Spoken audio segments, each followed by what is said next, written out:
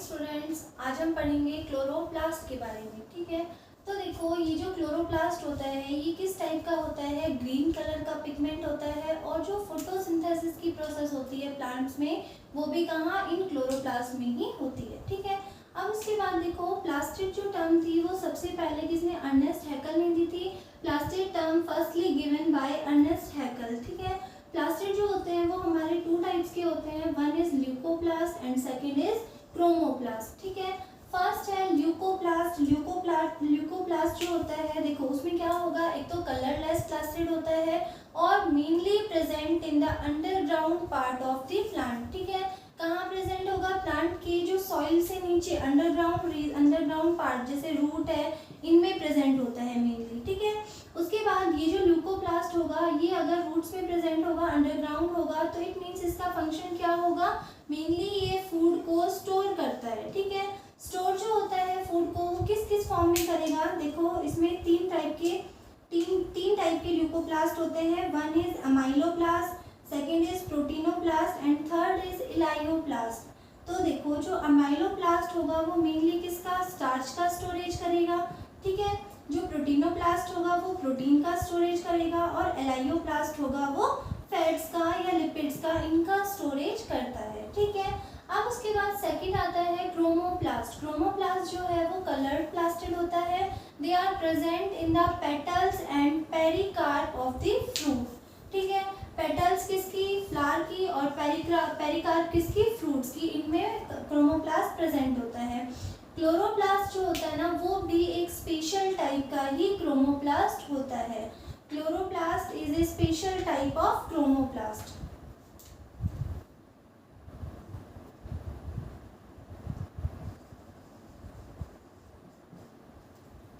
अब आगे देखो ये जो क्लोरोप्लास्ट होता है ये क्या होता है, प्लास्टिड ऑफ ग्रीन कलर का एक प्लास्टिड होता है जहाँ पर फोटोसिंथेसिस रिएक्शन, जो फोटोसिंथेसिस की जो प्रोसेस होती है वो सब यहीं पर होती है। ठीक है, फोटोसिंथेसिस में दो रिएक्शन होंगे, एक तो लाइट रिएक्शन और एक डार्क रिएक्शन। दोनों जो रिएक्शन होती है वो कहाँ होती है, क्लोरोप्लास्ट के अंदर ही होती है। ठीक है, क्लोरोप्लास्ट है मेनली कहाँ प्रेजेंट होगा, प्लांट सेल में प्रेजेंट होता है, एनिमल सेल में कम्प्लीटली एब्सेंट होता है क्लोरोप्लास्ट। उसके बाद ये जो क्लोरोप्लास्ट होता है इसकी शेप देखो, स्फीरॉइड हो सकता है, ओवॉइड, डिस्कॉइड या फिर सेक लाइक हो सकता है। लेकिन जो एल्गी होते हैं ना उनमें जो क्लोरोप्लास्ट प्रेजेंट होता है उसमें मैक्सिमम वेरिएशन प्रेजेंट होती है, किसको लेकर, शेप को लेकर। ठीक है, शेप में मैक्सिमम वेरिएशंस प्रेजेंट होती है इन एल्गी। तो इसमें देखो शेप जो होगी रेटिकुलेट होगी, रेटिकुलेट किसकी होती है, इडोगोनियम की शेप होती है। उसके बाद स्पाइरल शेप का स्पाइरोगाइरा होगा, स्टेलेट जो होता है वो ज़ाइगोनिमा में होगी और कप शेप जो होते हैं वो क्लेमाइडोमोनास के क्लोरोप्लास्ट होते हैं। ठीक है, अब आगे देखो इनका साइज, क्लोरोप्लास्ट का जो साइज होता है उसमें डायामीटर देखो 4 to 6 माइक्रोन होता है, लेकिन इसकी थिकनेस कितनी होगी, ओनली 1 to 3 माइक्रोन होती है। नंबर, क्लोरोप्लास्ट जो होते हैं ना वो mainly 20 to 40 chloroplast molecule present in a single cell of the plant cell. ठीक है, अब उसके बाद में केमिकल कंपोजिशन में क्या क्या प्रेजेंट होगा, प्रोटीन्स प्रेजेंट होंगे, लिपिड्स प्रेजेंट होंगे, क्लोरोफिल प्रेजेंट होगा, कैरोटीनॉइड प्रेजेंट होगा, आरएनए, डीएनए ये सब प्रेजेंट होते हैं। ठीक है, तो जो फैट या लिपिड जो प्रेजेंट होंगे वो किस किस फॉर्म में होते हैं, एक तो होते हैं वो फॉस्फोलिपिड के फॉर्म में, फैट की फॉर्म में, और उसके अलावा स्टीरॉइड की फॉर्म में प्रेजेंट होते हैं और वैक्स की फॉर्म में लिपिड्स प्रेजेंट होते हैं। ठीक है, और जो कार्बोहाइड्रेट होता है वो स्मॉल अमाउंट में प्रेजेंट होता है इन क्लोरोप्लास्ट। तो ये कार्बोहाइड्रेट होगा ये शुगर, फॉस्फेटेज और स्टार्च की फॉर्म में प्रेजेंट होता है।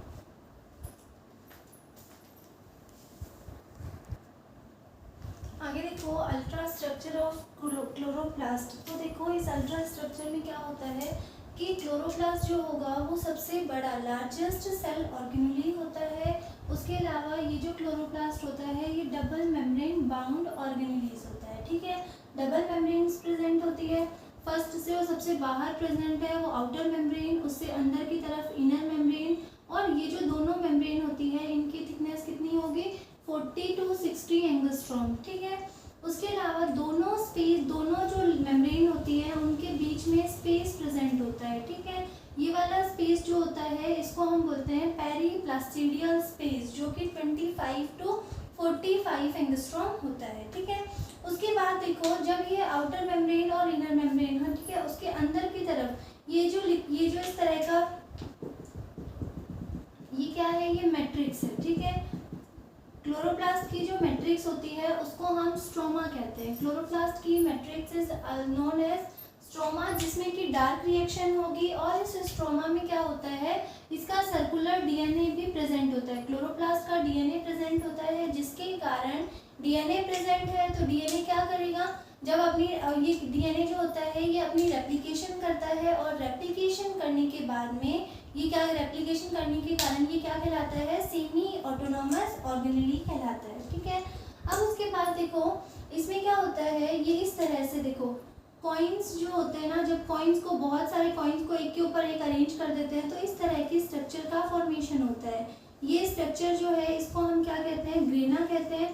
ग्रेना के अंदर लाइट रिएक्शन होगी, और ग्रेना में क्या होता है, इनकम्प्लीट को हम ग्रेना कहते हैं, और ये सिंगल जो है इसको हम क्या कहेंगे, थाइलेकॉइड, ठीक है। एक ग्रेना है, दूसरी ग्रेना है, एक ग्रेना से दूसरी ग्रेना जो होती है ये कुछ प्रोजेक्शंस प्रेजेंट होते हैं। इन प्रोजेक्शंस को हम स्ट्रोमा, लैमेली या फिर फ्रेट चैनल कहते हैं, ठीक है। अब उसके बाद ये देखो, ग्रेना जो होगी इसमें क्या क्या होता है, लाइट रिएक्शन होती है, 40 to 50 ग्रेना प्रेजेंट होती है। एक जो क्लोरोप्लास्ट होगा उसमें कितनी, 40 to 50, इस तरह की एक स्ट्रक्चर, दो स्ट्रक्चर, इस तरह से 40 to 50 ग्रेना प्रेजेंट होती है, ठीक है। One grana consist of 10 to 100 thylakoids, और देखो एक ग्रेना जो है उसमें कितने, 10 to 100 थाइलेकॉइड्स प्रेजेंट होते हैं।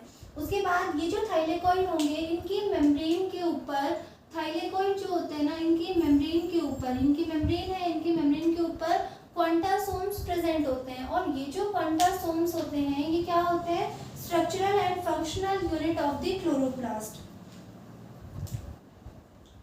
देखो, थाइलेकॉइड की मेम्ब्रेन के ऊपर क्वांटासोम्स प्रेजेंट होते हैं। इन क्वांटासोम्स में क्या होगा,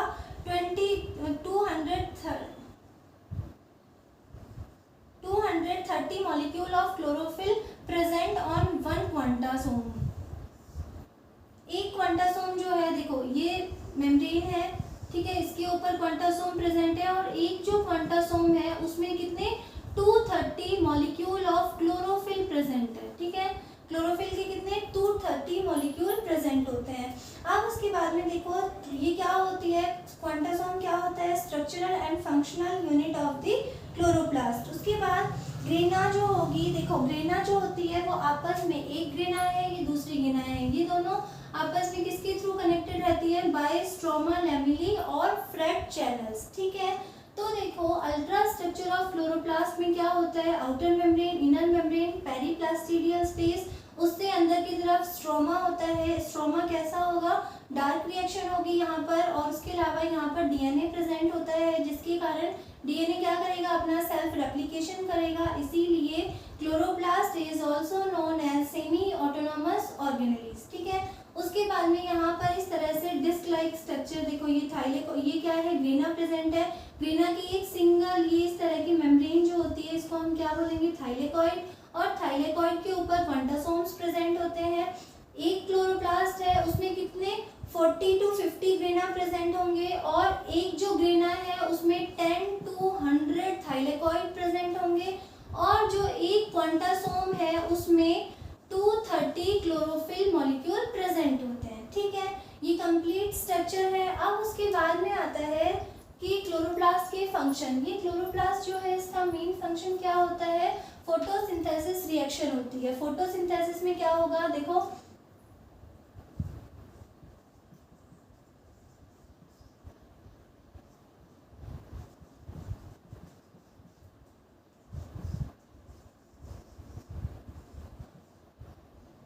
देखो तो फोटोसिंथेसिस में क्या होता है, एटमॉस्फेयर से कार्बन डाइऑक्साइड और वाटर, इन दोनों को लेकर सनलाइट की प्रेजेंस में प्लांट्स के ऊपर, प्लांट्स में क्या होता है, क्लोरोफिल पिगमेंट प्रेजेंट होता है। ये क्लोरोफिल पिगमेंट कार्बन डाइऑक्साइड और वाटर, इन दोनों के साथ में क्या बनाता है, फूड का फॉर्मेशन करेगा, ग्लूकोज का फॉर्मेशन करेगा। तो इसमें क्या हुआ, देखो सनलाइट थी, सनलाइट क्या होती है, सोलर एनर्जी, और फूड क्या होता है, केमिकल एनर्जी। ठीक है, तो इस क्लोरोप्लास्ट ने क्या किया, ये रिएक्शन कहाँ होगी, क्लोरोप्लास्ट के अंदर होगी। तो देखो क्लोरोप्लास्ट ने क्या किया, जो सनलाइट थी उसको किसमें, chemical energy, sorry solar energy जो थी उसको केमिकल एनर्जी में कन्वर्ट कर देता है। ठीक है, उसके अलावा इसमें क्लोरोप्लास्ट जो होगा उसमें enzyme synthesis for Krebs cycle और फैटी एसिड, जो फैटी एसिड्स होते हैं उनके लिए और क्रेब्स साइकिल के लिए। ठीक है, इन दोनों के लिए एंजाइम्स का सिंथेसिस भी कहाँ होता है, क्लोरोप्लास्ट में होता है। और देखो क्लोरोप्लास्ट में क्या होगा, देखो क्रोमोप्लास्ट भी प्रेजेंट होते हैं, क्रोमोप्लास्ट में पिगमेंट्स प्रेजेंट होंगे।